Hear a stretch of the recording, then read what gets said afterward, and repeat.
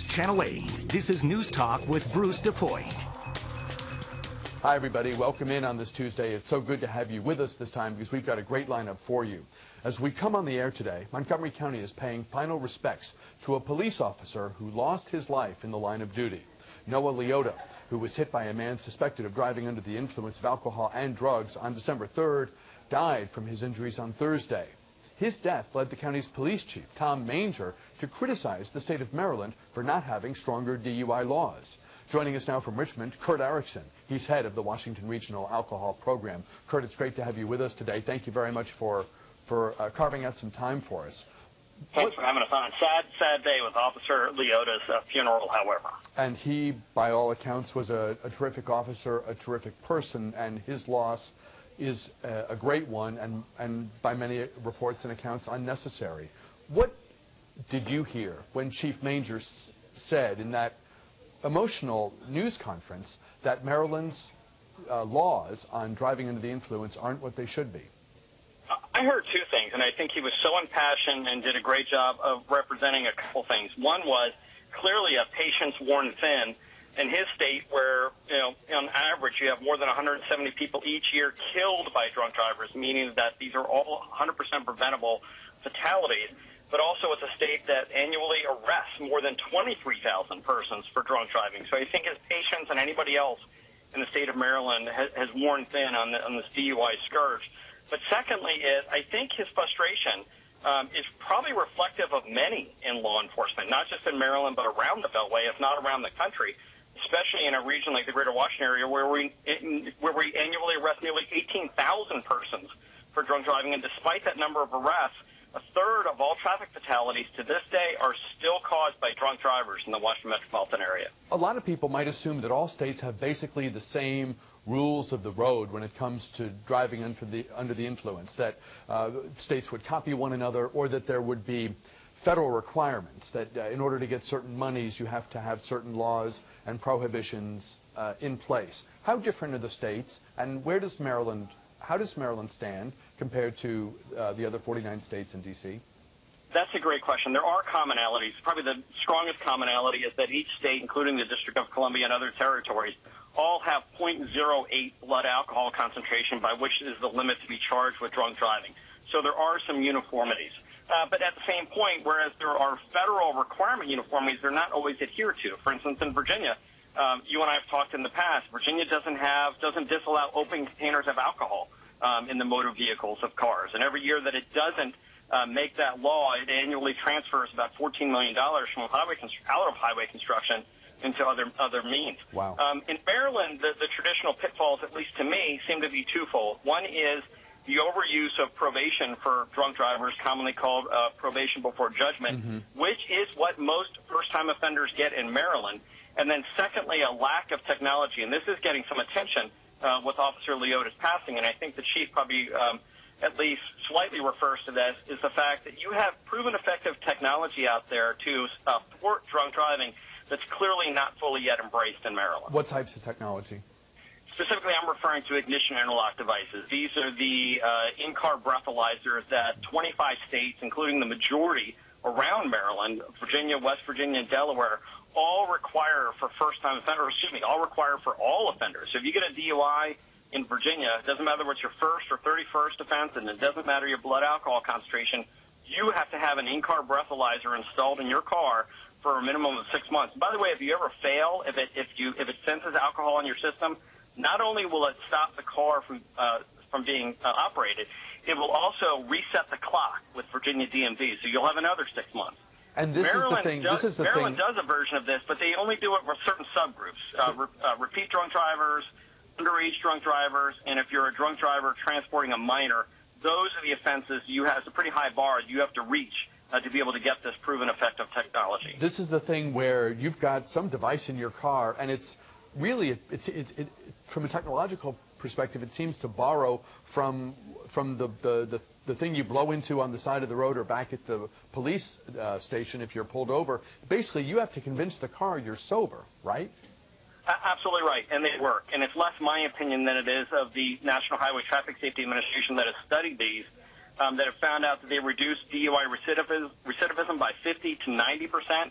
The states that have had it longer, like Arizona and New Mexico, they've seen drops in their DUI-related fatalities by 40 and 45%, respectively.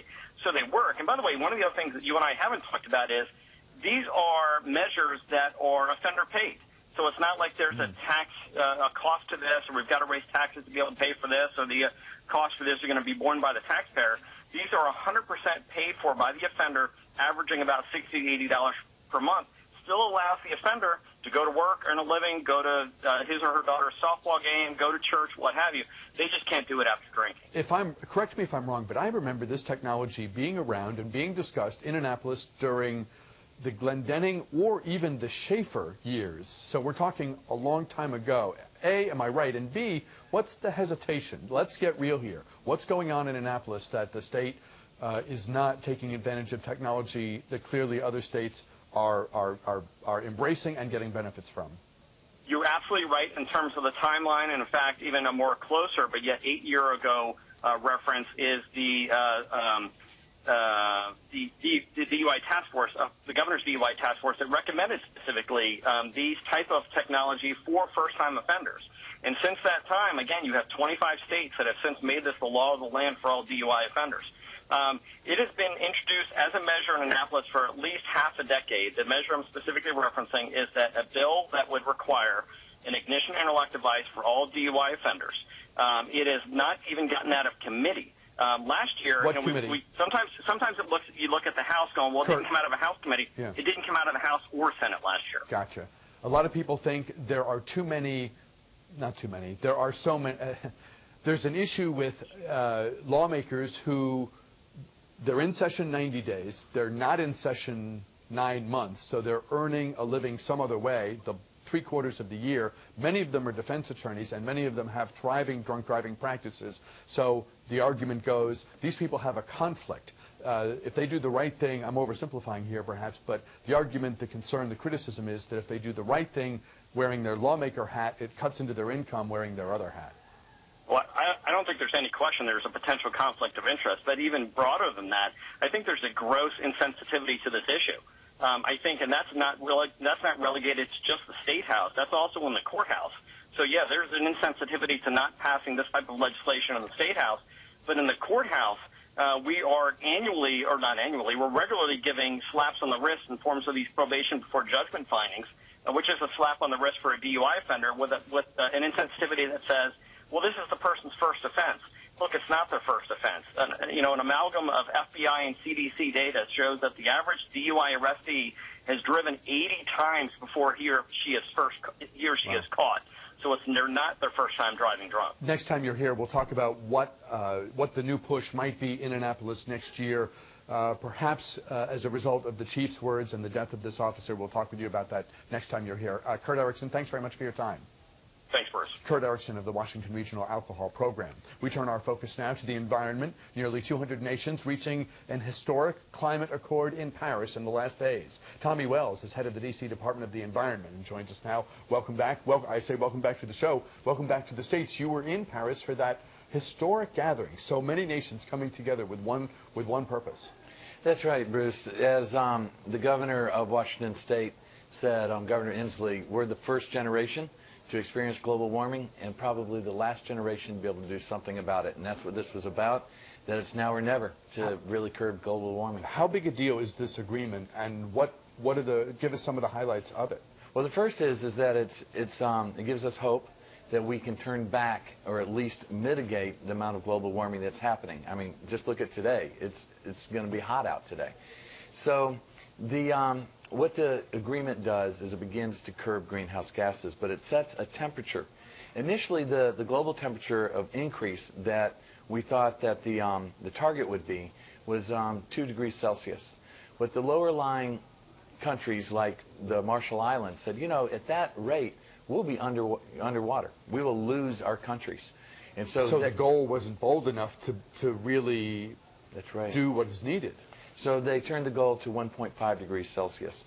And that's it's going to be difficult, but it also really makes a promise of trying to generate about $100 billion a year to help developing countries, to help mitigate the impact of climate change, but also to make investments. And then you saw where then you had people like I guess, is like Bill Gates come in and say that we need to make a major investment up to $1 billion, and then have other private entities come in to help technologies because we have to change the course we're on.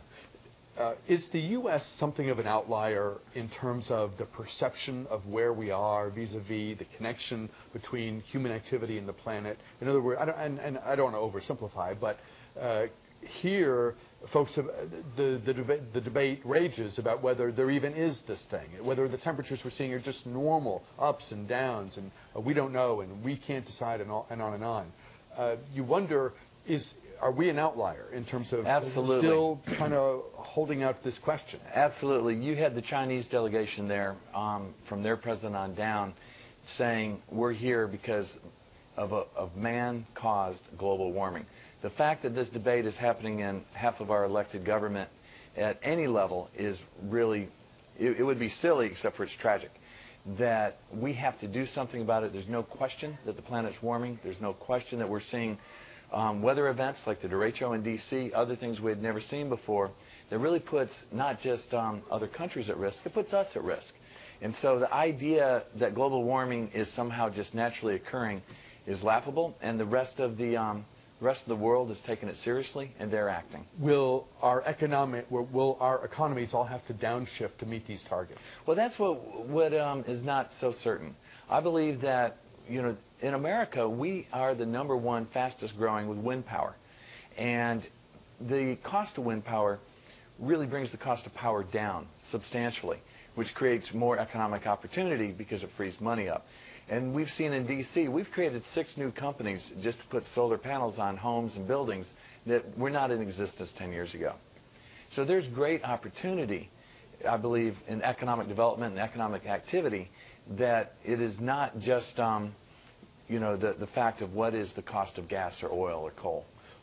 Being in Paris with so many countries represented and so many advocates present, you had all the folks who were involved directly in the talks and staff, but then you had other people who were there because this is an issue that is near and dear to them.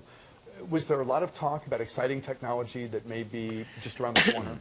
Well, that's a great question, is that there was a lot of talk about new technology. But one of the things that surprised me is that in terms of cars, buses, vehicles, it's just assumed we're going electric, not hydrogen, the other things that people have talked about. It's assumed because the cost of batteries are plummeting that more than once, it wasn't just Tesla, more than once a company from BYD from China, another company from, I believe, Korea, came and said, we're a battery company, even though we're selling buses, we're selling scooters, and they're all electrified. But let me also say that there's a gathering of cities as well from across the world, and we know that in America that cities are really the main place where we get greenhouse gases. The city leadership really came together from across the country, so regardless what Congress does, we're going to make a difference in America. And speaking of cities, D.C. won an award at this gathering. That's right. D.C. has provided leadership, I think, worldwide in some of the things we've done. And one of them has been that we've purchased 45 megawatts of power directly from wind power coming out of Pennsylvania. That's 1/3 of the power that district government buildings use in D.C. And that's what we were noted for, that this is possible, it's renewable, and it works. And I know for a fact that some people buy wind power individually, even though it may cost a little bit more. If it ties into their values, then it's money well spent. That's exactly right. And that's what we're going to have to do. Right now, D.C. gets about 41% of its power from nuclear power plants, which are not emitting. It's not known to be renewable, but it is clean power. But it's 31% from gas, and then 24%, a quarter of our power, comes from coal. When we look at the air quality in D.C., the #1 contributor to our air quality of making it poor at times is coal. Great that Paris was able to pull off a gathering of this type, largest, I believe, gathering of world leaders ever at one place at one time, and to have it come right after the attacks. I'll bet it was a fascinating moment to be in the city. Well, let me say that Paris and France needs credit. They had been working on this for 4 years. They met with all the countries ahead of time. The mayor, Mayor Hidalgo, who's a friend to the district, she really put her city there, available, all the meeting places, the city hall, all across the city. President Hollande came and spoke to us as city leaders and laid it out. What's the problem and what are we going to do about it? And then said, this is what we have to get. France really needs a lot of credit for the world for making this happen. Tommy Wells, head of the D.C. Department of the Environment. Good to see you as always. Thanks very much for coming in. Bruce. Come back anytime. You bet. We appreciate your time. We'll take a break. We're back with much more right after this.